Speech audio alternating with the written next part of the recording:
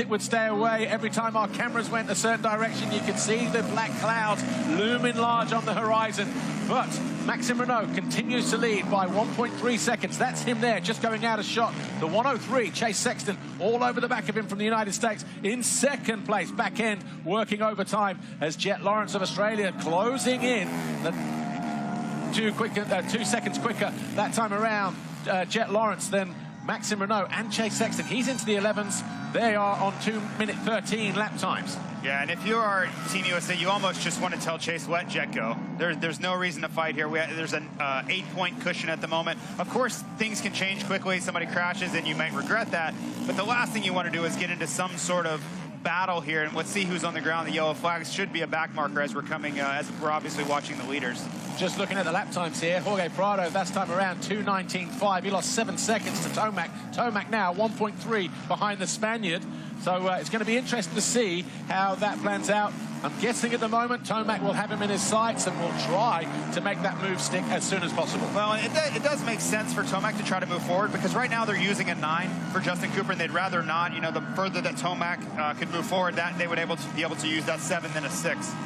And that's the that's how the competition works. Throw away your worst score. So 3 races, and obviously each of the 3 riders get 2 races, so 6 scores potentially. And as it stands right now, let's say Team USA, because they are on top, as we look at Tomac closing in on Jorge Prado, who lost, 6-7 seconds a lap ago. Tomac has got him right back in his sights and is going for the Spaniard. This will be for 6th place if he can find his way around. He's got good drive around here, but look how deep that outside is. It's been like that all day long. Yeah, it's never really worked. I'm surprised Tomac went there. I think it was just for the sheer fact of not following, but we really haven't seen anybody be able to make that work. But so far, in terms of throwaway rides, USA have had a 1st, a 9th, a 4th, a 2nd. They're currently 2nd and 7th. They throw away that 9. That gives them the 16 points. France are throwing away 14 from the MX2 rider Marvin Muscan in the first race of the day. That's why they are on 24 points. But there's only 3 points between France and Australia in the final 2 positions on the podium. But the rain continues to fall here in the US. Yeah, as we said, it looks like the podium is set. We could move around a little bit on that podium, but there's a huge gap back to Italy in 4th. Yeah. But it comes down to those 3 nations heading into this final race. USA, France, Australia. Team Spain, the best they've ever finished was back in 2002, 4th overall. So they're going to go just 1 behind that. The last, you have to go back a long time actually to see that, 2002. The last few years they've been, 10th, 12th, 8th, 7th, whatever. This is going to be the best result for them in a very, very long time, Spain. Well, and you look at their team, they should continue to improve. They have young Guillaume Ferris, they have Jorge Prado, who is an MXGP elite, and obviously Ruben Fernandez making that move to HRC Honda for 2023 is leaving his mark as well. G'day, Jet.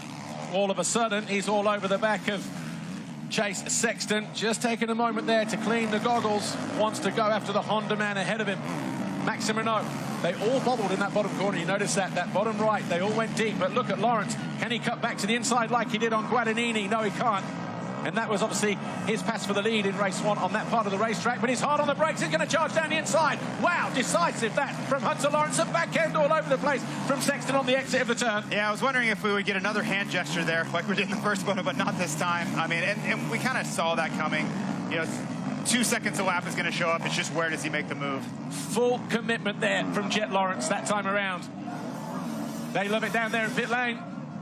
See the other side of the garage. And of course, they still want to win the overall. It's still in play, but for now, right now, these immediate passes can move them into 2nd overall. Yeah, well, that will put Australia from 27 to 26. They will close 2 points on to within 2 points on France, but USA will go from 16 to 7. And if Jet can pass Renault, that's a double point score, right? Jet will move forward, Renault moves back. And if they do tie on points, France and Australia, you're looking at a 30 for Australia and 14 for France. France will take 2nd overall. Yeah. So he's going to need Mitch Evans to find his way through the field. Yeah, and it really, really hurt Evans to crash on the first time. He had a decent start and just a silly tip over, but that's what we see so often in this race. It comes down to one, simple mistake can cost your team, 2nd or 3rd, or even the win sometimes. On debut, going potentially 1-1 on a bike you're not used to racing, Jet Lawrence, of course, that would be pretty spectacular. Well, and to win the class. Yeah, that's a great word for Jet. I mean, he's been spectacular every step of the way.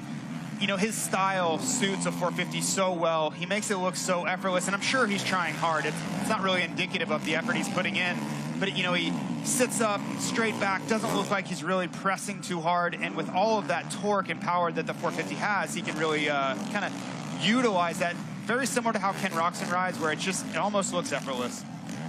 Maxime Renault all of a sudden under pressure when we saw this in race 2 when Jet Lawrence had closed in on Sexton, who took about 7 laps to find his way past Mattia Guadagnini. It took Jet Lawrence 1 lap to find his way past both riders, quickly past Sexton, and then all over the back through this turn here and made the pass on the Italian Guadagnini. And he's closing in fast on Maxime Renault. 6.5 plus 2 to go. You called it, I think. Well, you just saw it coming, right? Like, again, 2 seconds a lap is a lot. When you look at the pace that, you know, Renault and Sexton are already putting in, they're riding away from the rest of the field, and Jet Lawrence was significantly better than those two. Okay, here's the thing that's going to determine second and third overall today. Because if, let's say, Lawrence does find his way past Maxime Renault, that ties them. If Sexton finds his way past the Frenchman as well, that gives the silver medal to Australia. I don't think Sexton really cares at this point, but he does want to beat Maxime Renault, right? And everything is to play for in those cards. I don't think either of them know that. You know, Renault would obviously care, Sexton probably wouldn't, but it's up to Renault now. Everything rests in Renault's hands. Wow, taking advantage of the back marker there, Jet Lawrence, because Maxime Renault, he came upon him, and Jet Lawrence was able to read it and turn tighter through that turn. He was all over the back of him as they hit the finish line there. 3/10 in it. One other aspect of this, if Ferrandis can catch up to Jeremy Seewer, he's only 4 seconds back. That would have changed the game yet again. So there's a lot of moving parts still here to play with 5 minutes, 2 laps to go. Jet looking good though, isn't he? Hasn't rushed at all. He's bided his time. He's just been absolutely phenomenal today. It's very rare that you see Jet make an unforced error. You know, we saw it a few times in Supercross at the Triple Crown race in Arlington. You could see the youth come out a little bit, but it's so few and far between that you would ever be able to tell that he's only 19 years old. Cornelius Tondel, I think that was, of Norway, just getting lap there on the Fantic. You know, it's interesting, when you talk to Jet Lawrence, he is so much younger than he rides.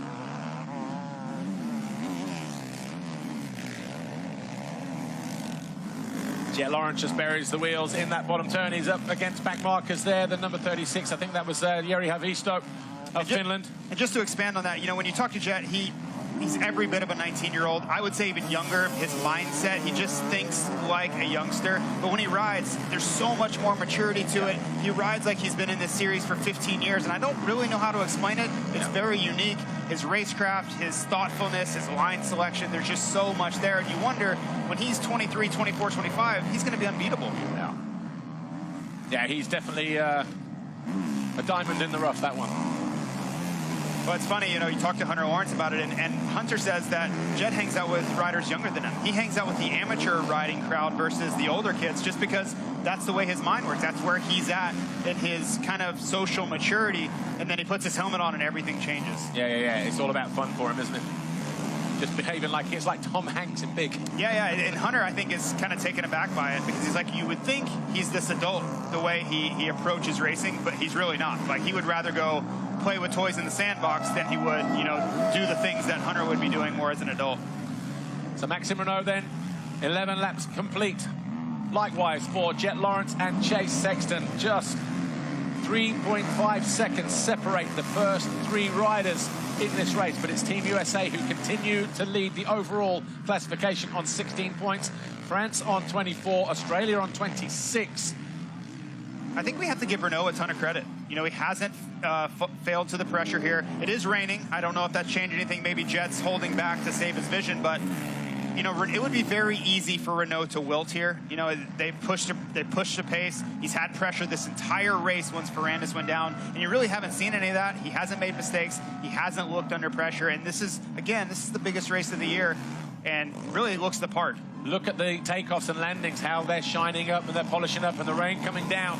It's easy to make a mistake with the pace that these guys are pushing, and also having to think about these back markers as well that they're coming up against now. Yeah, and if you're holding a pit board, if you're able to get a message to your rider, especially on Team USA, it's absolutely don't take any chances. If you are getting a little sketchy, just cruise. There's nothing really to gain here.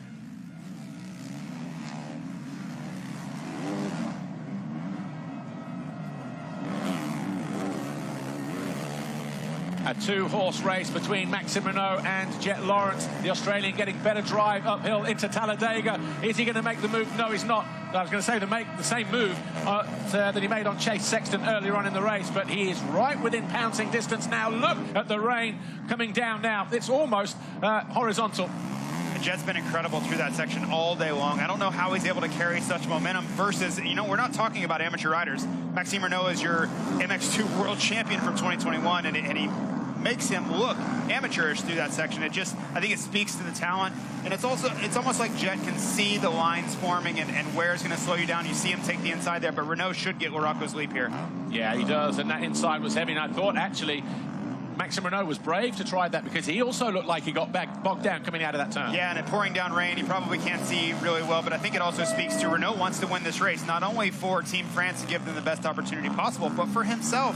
He's, you know, this was his rookie year in the MXGP class, and to come to the USA, I believe it's his first race ever in the USA. No. To win this combined moto would be a big statement for him. Yeah, and he probably would win the MXGP category as well, because Maxime Renault, yeah, third and first. So he would win the MXGP. Jet Lawrence would win the open category, and Justin Cooper, MX2. So they'll get individual trophies and watches. I think Rick Johnson has a special award, some watch manufacturer for that. And of course, you know, Renault can't be expected to know the math either. He doesn't know what happened to Ferrandis once he went down. He doesn't know any of those things. So all he can do is put the best score on the board possible. But it's going to be tough because you know Jet Lawrence wants to win this race as well. Dylan Ferrandis is closing in on Jeremy Seewer, a 2:15 versus a 2:16, a full second. The gap 1.1 seconds. So we are going to have a little bit of excitement here on the final lap here between France and Australia, because if Jet finds his way past Maxime from second to first, and also Ferrandis can find his way past Seewer, the Swiss rider, then that could, will determine the outcome of the silver medal, the second overall step on the podium. Chase Sexton has probably by now had the message, just do what you need to do, stay where you are, don't need to take any chances. I'm not sure if they've been told you're overall winners just yet, but the messages would be, you're just fine. Yeah, and in all that excitement, you can call me biased. Of course I'm cheering for Team USA. Who wouldn't in my position? But all the excitement in the world, these two can have it. Chase Sexton just needs calm, cruising, you know, and he's still right there. He's still right on the rear wheel of Jet Lawrence, but I don't expect to see him try to get aggressive here. I think he's happy to sit on their rear wheel and just find the checkered flag. But Team USA need to win here this weekend. It's been a long drought without winning, but it would just reignite the passion for the motocross nations, for the American riders, the American fans, in terms of getting on the plane and going to Europe as defending champions with the 1, 2, 3 plates. Everybody wants to see that if you're a neutral. Well, and there's a lot of pride with this event. Everybody wants their country to win. That's why we're here. This is the Olympics of motocross. So but even if you're not American and you're not, maybe not one of the fancied teams, fans coming here thinking we need to see America win. Well, and I'm one of those, right? I'm one of those people. Right. When you look at the history of America in this race and the American market and how large Supercross is and all those things, when Team USA does well for certain times, it helps the sport overall. It helps bring more sponsors in. It's good for everyone. And of course, I want to see it. It's been 11 years, right? It's time, and I think they've earned it. They've really risen to the occasion this weekend. 2 laps to go. Jet Lawrence all over the back of Maxime Renault once again. Has he been sitting back, biding his time, defending the visibility on his goggles? Because obviously there's going to be roll-offs there, but there are only so many pulls of the roll-off there before they start to run out. A little bit further back, the battle for 4th place between Jeremy Seewer and Ferrandis. Oh, over the finish line a moment ago. Jeremy Seewer, he is on the ropes here and a little bit more. So we have a crucial couple of laps here that determines the silver medal, and he gets held up by a back marker there, Dylan Ferrandis, but he's all over the back still of Jeremy Seewer, and Seewer knows he's there, and he's making mistakes as well, the Swiss rider. They're both pushing incredibly hard here, and that mistake by Seewer is right next to our commentating booth. Had we be standing there, we'd be covered in mud right now. But it's been that kind of day. You see another mistake from Seewer. Both of these two, if you're looking for the riders that have made the most mistakes today, it's been those two, so it'll be interesting to see who can get this done. Tony Cairoli, or is that Guadagnini actually? Guadagnini, so the number 3, he's in 20th position, just behind Dean Wilson of Team Great Britain. Britain are going to finish in 10th place. Italy are going to finish 4th. And I was speaking to someone just before the race, and I was wondering if Guadagnini didn't get the start, would he be able to replicate that pace from the first race because it's so difficult. You're getting roosted, you don't have as good a grip, you're covered in mud, and you have to move forward, and we see him back here in 20th. These guys are being lapped, actually. Guadagnini, there's Maxime Renault, and there's Lawrence, and all of a sudden, that was almost a game changer right there because the back end of Mattia Guadagnini, left to right, up through the waves, he was already looking behind over the Monster Energy jump, so he knew the leaders were coming through. He was just doing his best to stay out of the way. And I think he was trying to get out of the way, but he didn't expect Renault to be on his left. Okay. Well, it's getting mental here late in the moto, but I truly believe that Guadagnini was trying to get out of the way, right? He's moving left, which is the natural line to move, and it just happened so that Renault was on his left. 1 lap to go. Maxime Renault all of a sudden has 3.3 seconds over Jet Lawrence. Back markers playing their part, possibly on the penultimate lap there. Inadvertently, obviously, they're having their own race, Wilson and Guadagnini, but as the leaders came through, and Lawrence with no goggles as well. So that is also a telltale sign. There's Chase Sexton just in the background. So we're going to also have face full of roost there for Lawrence. Sand as well. That's not nice. Wet sand as well. Blue flags are being waved. Mattia Guadagnini needs to get out of the way. He's looking over his shoulder. Well, and I don't think Sexton's going to try to make a move here, but if he needed to, this is the perfect setup. Wow. Surely Jet Lawrence can't see at this point, and you see Guadagnini still pushing. Mattia Guadagnini used Jet Lawrence to find his way past. Look, Dean Wilson has parked up and let these guys go. Guadagnini used it. He's not pulled out of the way. He's not yielded to the blue flags. He knows the guys are coming through, and he's still racing. Look. Well, and you wonder if he thinks that this 20th is going to be needed, and it won't be. They're going to be using a 15th. Surely he doesn't know that, so I'm trying to put myself in his shoes. Yeah. Why would he be pushing here? He doesn't know the math, so you have to give them a little bit of slack here. Yeah. But at the same time, you know, you're in that, right, you're behind Team Great Britain, and he's just basically used that to his advantage. The leaders are coming through. I used to get told all the time when I was being lapped, there's a race going on and you're not in it. So Chase Sexton, we are on the final lap. He is less than half a lap from what would be a historical moment in his riding career. Well, and you're going to just see, I think, first relief and then exuberation from all of Team USA because everybody's on pins and needles. They were so nervous because they knew that as long as they didn't blow it, they were set up perfectly going into race 3, but you're waiting for the other shoe to drop because it's been 11 years. So I think everybody that's a part of this team, everybody that's supported this team, is just happy to see things go their way for the first time in a long time. We still need to get Tomac over the line, though, in that 6th position because as it stands right now, they're throwing away the 9th place of Justin Cooper from race 1. But heading uphill, Maxime Renault, who has a 4.5-second advantage over Jet Lawrence. He will surely take the win and the checkered flag. Lawrence will take 2nd, but Chase Sexton, Team USA, he will round out the final couple of corners. The flag does go out. Renault wins, but Chase Sexton has won the Motocross of Nations for the Team USA for the first time since 2011. It is going to go off here, and he knows it. We just need to bring Tomac over the line for sure in 6th position, and the celebrations are going to go wild. And for Team USA, 23 wins now, and you know what? In 38 appearances, previous appearances, they've had 32 podiums. That's 33 in 39 appearances now for Team USA, and no wonder they are rushing the podium here, the start straight. They want to see history being made because there's a lot of people here new to the Motocross of Nations. They are new to this event, and they've never witnessed this before either. So for this crowd, this is a big moment. Well, and to win at home, right? There's been so many years in a row where it just hasn't worked out. Obviously, we all suffered through COVID-19, and there was no race, but this is an incredible moment. Team USA victorious here then at Redbud.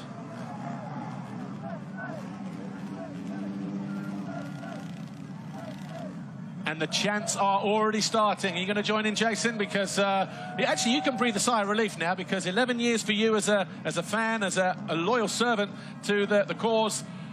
What does it mean to you, first of all? And how are you feeling right now? Well, you know, I've been watching this. You look emotional, actually. Part of this. This is a big moment, right? I've been a part of so many other teams, whether it was Tim Ferry, these guys I trained with every single day that were a part of losing and winning teams. You see the effort, you know the emotion, and for Eli Tomac, think about it. He's never won this event. The amount of times he's been traveling all over the world, he's never been able to win this event. He's won everything else there is to win but this. So I'm happier for those guys. I'm happy that they get to get that monkey off their back, so to speak, and they don't have to ever live with, hey, you guys didn't win Motocross of Nations ever again. Yeah, 2011, the last time they won it with Ryan Villapoto, Blake Baggett, and Ryan Dungey. The following year, Lommel, Belgium, they finished with the bronze medal. Again, Dungey, Baggett, but this time Justin Barcia. It was silver in Germany in 2013, bronze, silver, bronze. The 3 years after that, 14, 15, 16. No podiums, 2017, 18, and 19. Of course, they weren't in Italy last year, but they are victorious here. Eli Tomac has done his shift as well. He was victorious in race 1, came from a crash in turn 2 at the start of the race, brings it home in 6th place. And you know what is more poignant for him as well? You've got Chase Sexton at the start of his career. You've got Eli Tomac deciding to ride only Supercross next year. I'm not saying it's at the end of his career, but he's choosing not to ride outdoor. The only championship really he hasn't won, to win it here on home soil. Big day for both Chase Sexton and also for Eli Tomac. But don't rule out Justin Cooper as well. He did his bit, his second attempt, and he brings home the bacon, takes the gold medal, and no better feeling than to do it here on home soil. Well, I can promise you, no matter what else happens for the rest of their career, they won't forget today. Here's Eli with Lisa. Eli Tomac, Chase Sexton, history was made today, and you were part of it. That's right. The dry spell's over, so it feels so cool to do it here at Redbud on the home turf. Probably the best crowd I've ever seen for an MXoN event I've been to. So so cool. We did it. That was a true team effort. Obviously was the weak link in that moto, and Chase came through for us. So great job, Chase. Great job, Justin. I'll get this. Thank you, Team USA, everyone involved. We got it done. Thank you.